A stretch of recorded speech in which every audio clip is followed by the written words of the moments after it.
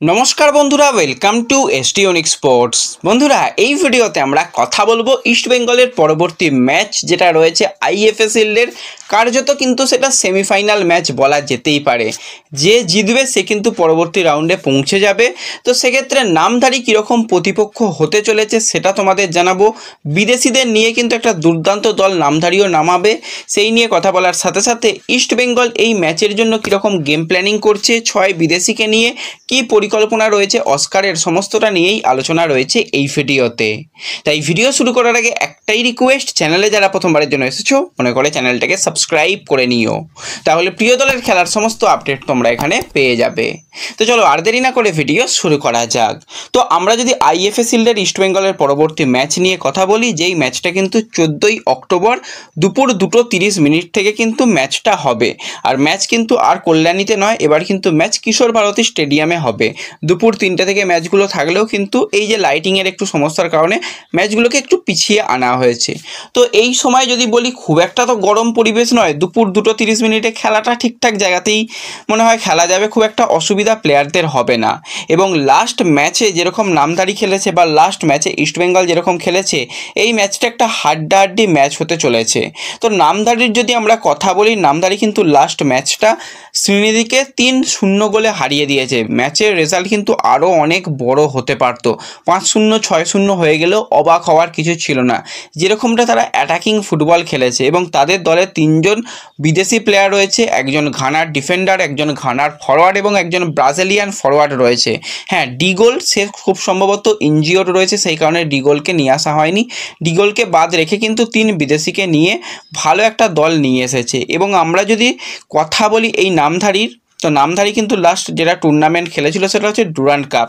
ইস্টবেঙ্গল এবং নামধারী তারা একই গ্রুপে ছিল, তো সেক্ষেত্রে ইস্টবেঙ্গল গ্রুপ চ্যাম্পিয়ন হয়েছিল, 3 ম্যাচে 3টে জিতেছিল, 12টা গোল করেছিল, একটা গোল হজম করেছিল। আর এই নামধারীর যদি আমরা কথা বলি, নামধারীও কিন্তু 3টে ম্যাচের মধ্যে 2টো ম্যাচ জিতেছিল এবং ইস্টবেঙ্গলের বিরুদ্ধে তাদের 1-0 গোলে হারতে হয়েছিল। তো নামধারীও কিন্তু যথেষ্ট ভালো প্রতিপক্ষ, কারণ নামধারী 2টো ম্যাচে 6টা গোল করেছিল এবং 3টে গোল তাদেরও হজম করতে হয়েছিল। একটা ইস্টবেঙ্গল দিয়েছিল আর বাদবাকি কিন্তু 2টো গোল তাদের হজম করতে হয়েছিল। তো দেখে বোঝা যাচ্ছে দলটা আর যাই হোক গোল করতে পারে, প্রতিপক্ষ যেই হোক না কেন তাদের বিরুদ্ধে কিন্তু গোল করাটা তাদের অভ্যাস রয়েছে, তাহলে প্রতি ম্যাচেই তারা কম বেশি গোল করে। এবং আমরা যদি এই নামধারীর কথা বলি, তারা কিন্তু যেটা আই লিগে তারা লাস্ট 2টো সিজনে খেলছে। তো প্রথম 2023-24 সিজনে 24টা ম্যাচ তারা খেলেছিল, 10 নম্বর পজিশানে শেষ করেছিল। 2024-25 সিজনে 22টা ম্যাচ খেলেছিল, 7 নম্বর পজিশানে শেষ করেছিল। তো প্রতিটা সিজনেই কিন্তু গোল ভালো রকমই তারা করে এসেছে। তো যদি প্রথম সিজনের কথা বলি, 29টা গোল, সেকেন্ড সিজনে কিন্তু 28টা তারা গোল করেছে। তো তার মানে গোল প্রতি ম্যাচেই তারা কম বেশি করে। এবার ইস্টবেঙ্গলের ক্ষেত্রেও বলে রাখা ভালো, ইস্টবেঙ্গল লাস্ট যে ম্যাচটা শ্রীনিধির বিরুদ্ধে খেললো, মানে এক পেসে ইস্টবেঙ্গল জয় পেয়েছে, 4-0 গোলে ম্যাচ জিতেছে। ইস্টবেঙ্গল টোটাল শট করেছিল প্রায় 40টার কাছাকাছি, অন টার্গেট শট ছিল 14টা, সেখান থেকে 4টে গোল। 4টে গোল খুব ভালো রেজাল্ট, কিন্তু 14টা যখন শট অন টার্গেট, তাহলে গোল সংখ্যা আরও যদি বাড়িয়ে নেওয়া যেত তাহলেও কিন্তু কিছু বলার থাকতো না। সেই ক্ষেত্রে কিছু কিছু জায়গায় ইজি চান্স প্লেয়াররা মিস করেছে, কিছু ক্ষেত্রে গোলকিপার খুব ভালো সেভ দিয়েছে। এটুকু তো আমি বলবো গোলকিপার বেশ ভালো ভালো সেভ দিয়েছে, 4টে গোল হজম করলেও আরও 4টে গোল তো সে নিজেই বাঁচিয়ে দিয়েছে। তো ওভারঅল দেখতে গেলে ইস্টবেঙ্গল কিন্তু একটা এই মুহূর্তে সেরা ছন্দে রয়েছে।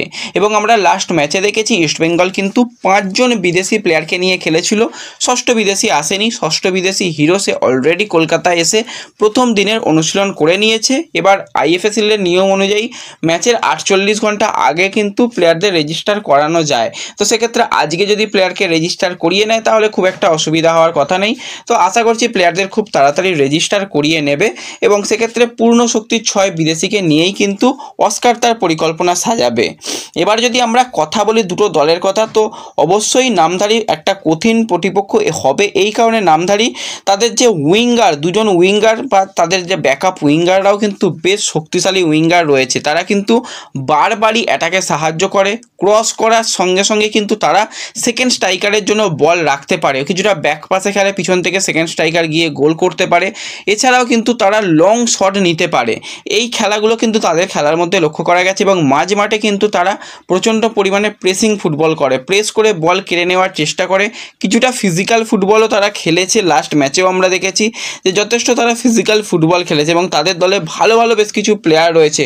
গোলকিপারের নীরজ কুমার সে কিন্তু যথেষ্ট ভালো লাস্ট ম্যাচটা গেছে, দুটো ক্ষেত্রে তো দুর্দান্ত সেভ করেছে। এছাড়া লর্ডচেমের কথা বলতে হয়, লর্ডচেম খুবই একজন দুর্দান্ত মাপের মিডফিল্ডার, মুম্বাই সিটি এফসি থেকে লোন ডিলে যাওয়া, তো লর্ডচেমের দিকে আলাদা করে নজর থাকবে এবং বিদেশি প্লেয়ারদের মধ্যে তাদের যে ঘানার যে প্লেয়ারগুলো রয়েছে সেই ঘানার দুজন প্লেয়ার বা ব্রাজিলিয়ান প্লেয়ার গোমেজ ডি সে কিন্তু লাস্ট ম্যাচটা দুর্দান্ত তার জন্য গিয়েছিল, হ্যাঁ গোল হয়তো পায়নি। এছাড়া কিন্তু তাদের ডিফেন্ডার সেও কিন্তু মোড়ো সে গোল পেয়েছে এবং সাবস্টিটিউট হিসাবে এসে কিন্তু যে আরও একজন ঘানার প্লেয়ার সেও কিন্তু গোল পেয়েছে। তো তার মানে বোঝাই যাচ্ছে যে প্লেয়াররা গোলের মধ্যে রয়েছে। তো প্লেয়ারদের আটকাতে গেলে কিন্তু সেই রকম পরিকল্পনা অস্কারকে করতে হবে। অস্কারের কিন্তু সাধারণ এক ধরনের ফরমেশন থাকে যেটা প্ল্যান এ হিসাবে থাকে যে কিচ্ছু দরকার নেই, তোমরা অ্যাটাক করো, ডিফেন্ডাররা ডিফেন্স করে নেবে, তোমরা অ্যাটাক করে গোলটা তুলে আনো, মাঝ মাঠ থেকে সামনের দিকে বল বাড়াও, দুই উইংয়ে বল ঠেলে দাও, সেখান থেকে ক্রস আসুক, প্লেয়াররা গোল করুক। এটা হচ্ছে একদম সাধারণ একটা ফরমেশন। সেই ফরমেশনে কিন্তু অবশ্যই অস্কার সফল হয়েছে লাস্ট ম্যাচে, কিন্তু এই ম্যাচটা আগের ম্যাচের থেকে কিছুটা হলেও কঠিন হবে কারণ 3 জন বিদেশিকে তারা ফার্স্ট 11-এ খেলাবে, ইস্টবেঙ্গল 4 জন বিদেশিকে খেলাবে। তবুও বলছি এই ম্যাচটা কঠিন হবে শ্রীনিধির তুলনায়, কারণ শ্রীনিধিতে কোনো রকম এক্সপিরিয়েন্স প্লেয়ার এবং বিদেশি প্লেয়ার ছিল না।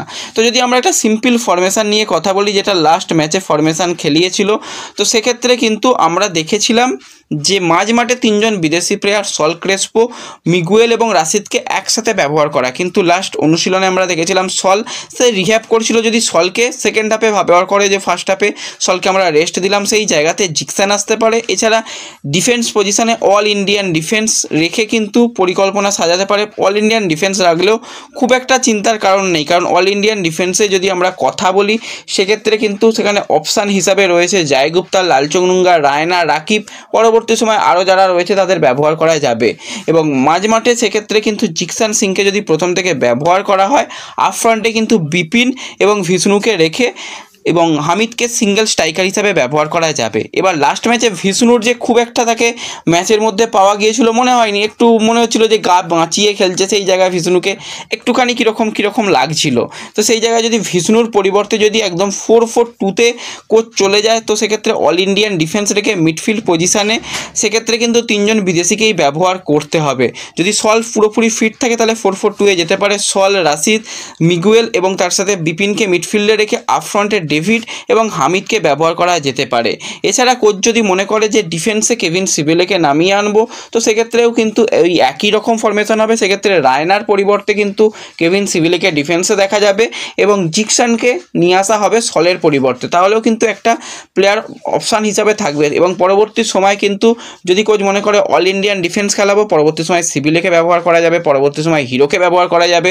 কোচ যদি মনে করে যে না সিবিলেকে প্রথম থেকে ব্যবহার করা যাবে, তো সেক্ষেত্রে কিন্তু সল এবং পরবর্তী সময় কিন্তু হিরোকে ব্যবহার করা যাবে। তো ওভারঅল দেখতে গেলে ইস্টবেঙ্গল অন পেপার অনেক বেশি শক্তিশালী, কিন্তু মাঠের লড়াই মাঠেই হবে। অন পেপার শক্তিশালী হয়েও কিছু লাভ নেই। এর আগে আমরা দেখেছি কিছুদিন আগেই ডুরান্ড কাপে যে ডায়মন্ড হারবারের থেকে অন পেপার অনেক শক্তিশালী হলেও ডায়মন্ড হারবারের কাছে শেষ ম্যাচে হেরে গিয়ে বিদায় নিতে হয়েছিল। তো ইস্টবেঙ্গল অ্যাডভান্টেজ পজিশনে থাকবে এই কারণে যে গোল ডিফারেন্সে কিন্তু ইস্টবেঙ্গল এগিয়ে রয়েছে। ম্যাচ ড্র হলেও ইস্টবেঙ্গল ফাইনালে পৌঁছে যাবে, কিন্তু লক্ষ্য এটাই রাখতে হবে ম্যাচ জিততে হবে। যদি ড্রয়ের মানসিকতা নিয়ে যায় তাহলে ভাই ম্যাচ হেরে ফিরতে হবে, এটুকু বলাই যায়। তো সবসময় জেতার চেষ্টা করতে হবে, জিতে ফাইনালে যাব এবং ফাইনালে জিতে ট্রফি আনবো, এটাই কিন্তু মানসিকতা হওয়ার প্রয়োজন। তো কারা কারা মাঠে যাবে ম্যাচ দেখতে অবশ্যই কমেন্টে জানিও। ভিডিও ভালো লাগলে লাইক শেয়ার করে দিও। দেখা হবে পরবর্তী ভিডিওতে। ধন্যবাদ।